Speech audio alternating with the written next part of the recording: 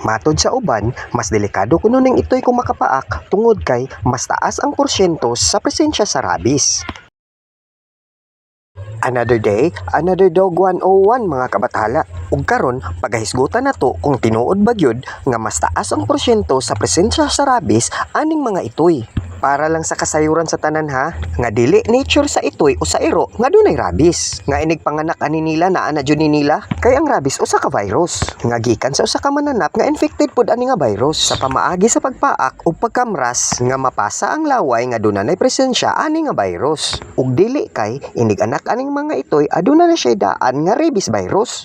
Kay dili man susama sa ubang kahayupan nga inig panganak aduna nay venom daan, susama sa ubang mga bitin og sa ubang mga malalang kahayupan nga nature nila inig panganak aduna nay venom daan. Maunang importante jud nga sa itoy pa lang bakunahan na sila daan aron malikayan nga sa rabies sila matakbuyan. Pero ang protocol gikinahanglang 3 months pa sila una mapabakunahan. Maunang importanteng ato silang apingan nga dili sila ma-expose sa uban samtang wala pa sila 3 months. Sige din nilang takutob, babush!